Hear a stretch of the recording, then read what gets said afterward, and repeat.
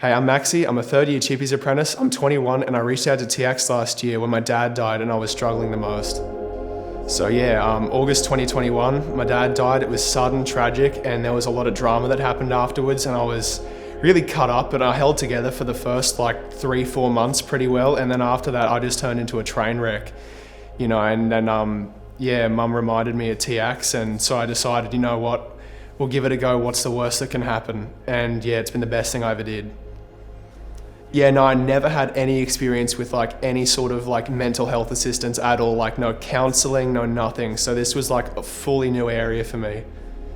I didn't really have much hope, like just sort of in general when I first tried TIACS, because, it was like my worldview wasn't great at all. I had no faith in anyone. So I was kind of like, hey, you know what, the shirts look cool. I'll tick this one off the checklist, keep people happy. I can say I've reached out, and yeah, I was pleasantly surprised.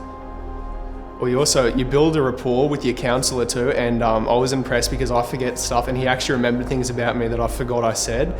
So it's a really personal kind of bond you get. It's not just a cut and dry kind of tell me a problem, see you next time. It's like they remember things you talked about in the past and they like follow up to see how you're managing it and stuff.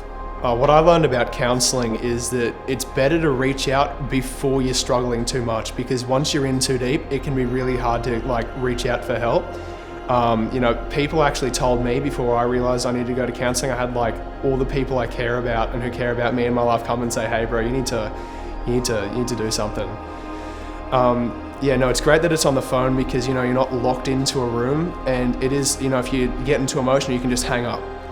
There's like no pressure, absolutely no lock in.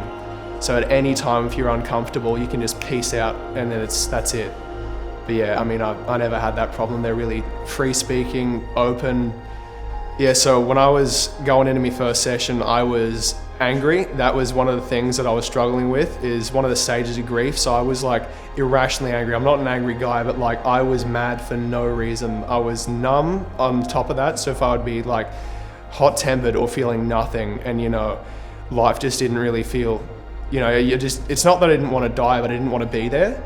You know what I mean? So you don't have to be suicidal to be really, really not feeling it.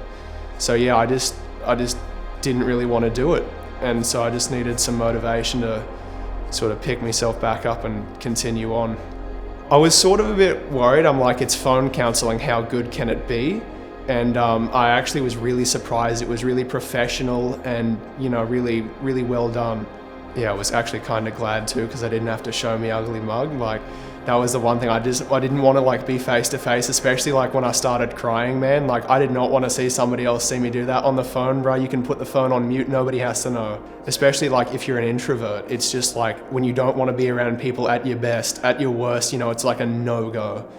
So yeah, because on the phone, you can do it in a space where you feel safe. It's not unfamiliar. You don't have to drive to get there. Like TIACS literally costs you nothing. Like, why not give it a go?